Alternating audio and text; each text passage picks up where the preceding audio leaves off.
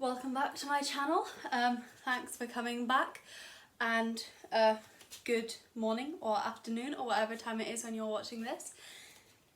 I am today going to be doing my November TBR. November's a really exciting month because we have the Believathon, which is hosted by Gavin Hetherington, and I will link the original announcement video down below. I'm so excited for this month. The Believathon is a readathon centred on children's literature and children's books, and I have a massive TBR for it. I've chosen more than one book for quite a few prompts. Book one is Frostheart by Jamie Littler. This is the group book, and I don't know very much about this. I know that it involves leviathans somewhere snowy. The coldest parts of the monster-infested snow sea, so I was sort of right, and a boy who can speak to leviathans. And I know that there's an adventure involved, and I can't wait to read it. This is a really pretty edition. This is the Waterstones edition. It's got the front bit comes off or comes away, and it's got drawings. It's illustrated by Jamie Littler as well, so I'm really excited to read this. The second prompt is to read a book featuring magic, and I'm going to be reading Tilly and the Book Wanderers, which I think is about this girl called Tilly who can go in and out of books, which I mean is really what all of us dream of. I'm going to be reading this on Kindle, so I don't have a physical copy, but I'm really excited to start it. And yeah, that's my second book. My third book is The House with Chicken Legs by Sophie Anderson. This is for the prompt, read a book featuring a myth or a legend. And this is a retelling of the Baba Yaga legend, and it is about a girl called Marinka who wants to escape from this destiny of picking up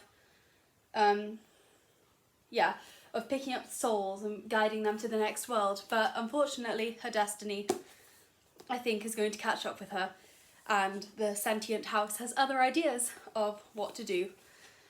Sorry, that was a really bad summary, but I think that's what this is about. I might have to start with this one. I love Russian folklore and I love Russian fairy tales and history, and so I might have to start off with Baba Yaga. The third book I'm reading is The Star Outside My Window. This is for the prompt, read a book with real life issues, and this is by Anjali Q. Ralph. I think I pronounced that right. I think this is about a girl whose mother has died, and she wants to try and find her through the stars and astronomy. And I'm really excited to read this. It's the same person who wrote The Boy at the Back of the Class, which I haven't read, but I'm also very excited to read, and if I manage to get my hands on it this month, I might add this to this TBR. So, this prompt is where I begin to read more than one book. This is for the prompt, read a book set in the past. And the first book I'm going to be reading is Little Women by Louisa May Alcott. I read this when I was a child. I loved it. If you don't know what this is about four sisters, and they each have different temperaments, and their father is a pastor in the Civil War, and it's all about the bonds between sisters, and it sort of follows Pilgrim's Progress. It sort of follows the steps of Pilgrim's Progress, so I'm really excited to reread this. The other book I want to read for this prompt is The Wolves of Willoughby Chase by Joan Aiken. This was another one of those books that I loved when I was little, and this is sort of set in the past. It's almost an alternative history. It's set when King James III is on the throne, which we never really had a King James III, and so yeah, it's not quite the accurate past, but it's still vaguely in the past. And it's about these two girls, Bonnie and Sylvia, I think it's, yeah, Bonnie and Sylvia, and Sylvia's parents die. Bonnie's an orphan already. Sylvia's parents die in a shipwreck, and they have to live together under their evil governess's watchful gaze. And yeah, it's got wolves in it. That's why The Wolves of Willoughby Chase. It's a great book. It's so much fun. I think it's got some magic in it if I remember correctly. Yeah, and it was one of my favourites when I was a child, and I can't wait to reread it. I could not do this readathon without reading some Harry Potter. This is for read a book with a strong sense of friendship, and I'm going to be reading Harry Potter and the Goblet of Fire. I was meant to read this month. I'm trying to read a Harry Potter every month, but I ran out of time. I mean, October, but I ran out of time, so I'm going to be reading it in the Believathon. Harry, Ron and Hermione are such a strong group of friends. I'm very excited to reread this. I remember being terrified of this when I was younger. I haven't really reread it that many times, not as many times as a Harry Potter that comes later in this list, but I'm so excited. I think it's going to be great. Do I need to explain what Harry Potter's about? It's about a boy called Harry Potter who goes to a school for witches and wizards, and there he meets Hermione and Ron and they become best friends. I'm reading 2 books for the next prompt as well, and both of these are also rereads. This prompt is read an atmospheric or creepy book, and the first book I'm going to be reading is Wild Robert by Diana Wynne Jones. Wild Robert is set in a country house, and it's about this young girl, whose name I've forgotten, who meets a ghost called Robert, who asks her to help him find his heart, which is buried somewhere on the grounds. And it's really nasty, and it's meant to be for like 5-year-olds, and I was terrified of it when I read it at like 11, so excited to see how I find it now. The other book I'm going to be reading is King of Shadows by Susan Cooper. Sorry, this is a very shiny cover. This is another one of those books that I adore. It is about a boy called Nate who is part of a theatre group, and they're a really good theatre group, and they've been sent to the UK from America to put on a performance of A Midsummer Night's Dream at the Globe.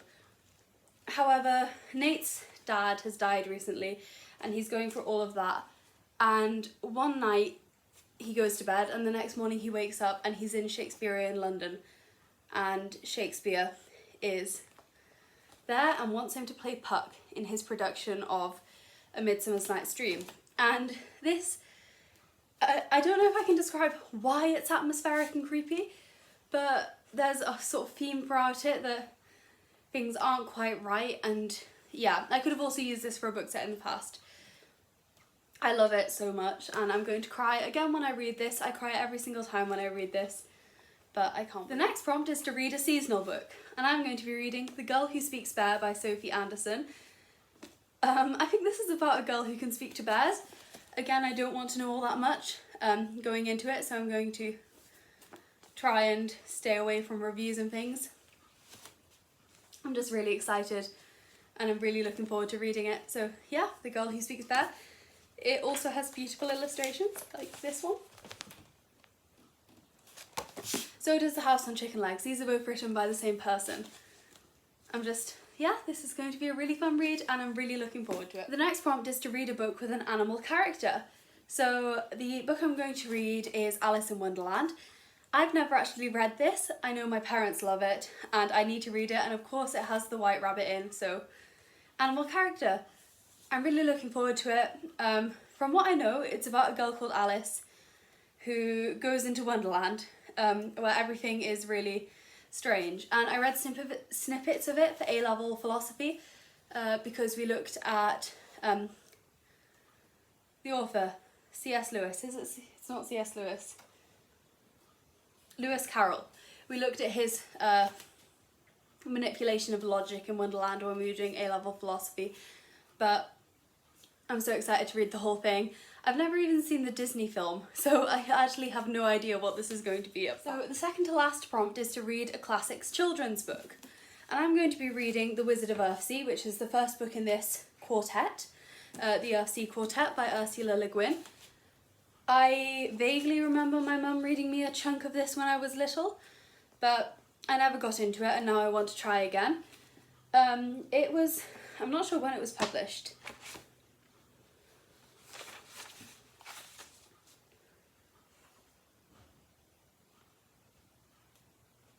It was published in 1968, but I think now it has sort of become a children's classic, and it is about a place called Earthsea. Now we're on to the final prompt.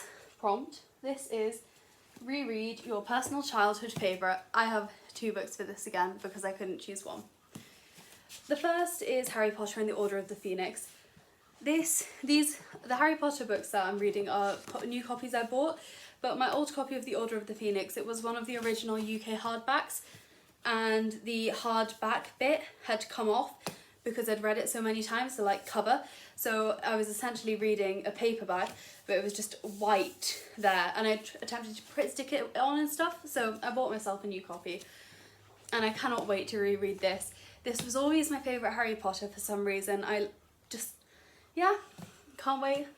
These are such beautiful copies as well.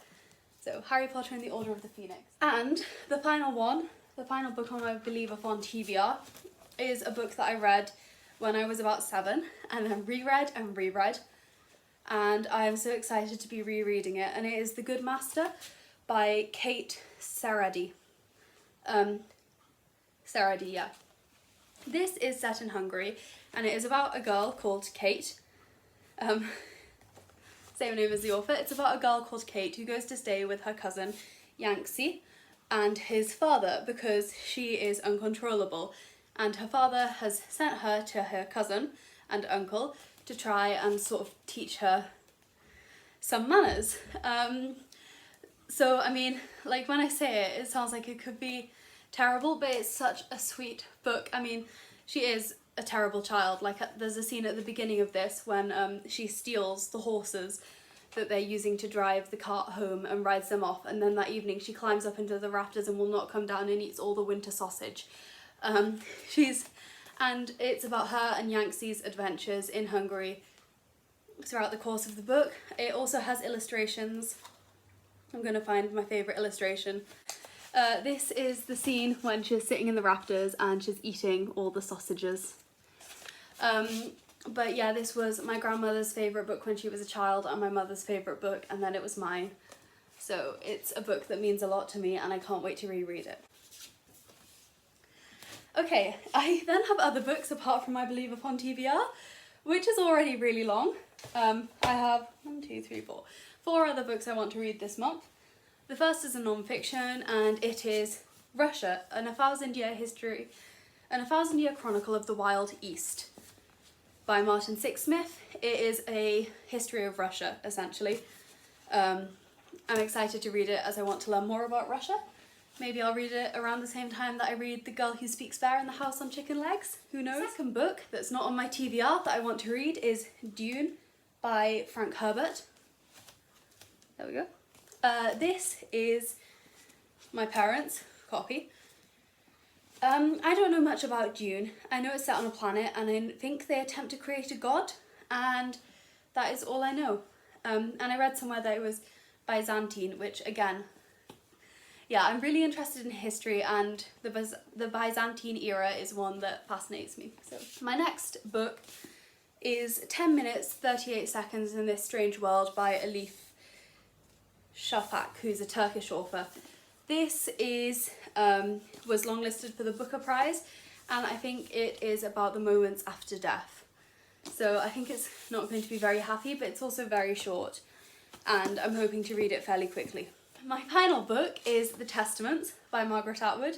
This is the sequel to The Handmaid's Tale, and I'm really excited to read this. I haven't read it yet. I know it's been out for a month and I should have read it, but yeah. I've had other books to read, so yeah, I'm so excited. I don't know why I was going to show you the thing. Not got much under the cover. It's got an engraving of, I assume, a handmaid there and a girl in a ponytail there.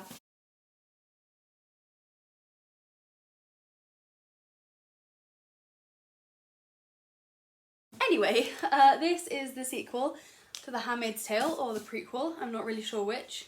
I'm trying to go into it not knowing much at all. I love Margaret Atwood's writing. I've read The Handmaid's Tale, The Blind Assassin, Alias Grace, The Penelope Ad, and Hagseed, and I've loved all of them, so I am prepared for this to be a favourite, a new favourite. Well, I say favourite. I feel like it might be a bit dark to be a favourite, but I'm prepared for it to be somewhere on my new favourites list. This is my TBR for next month. I'm going to try and pick it up now. Just psyching myself up.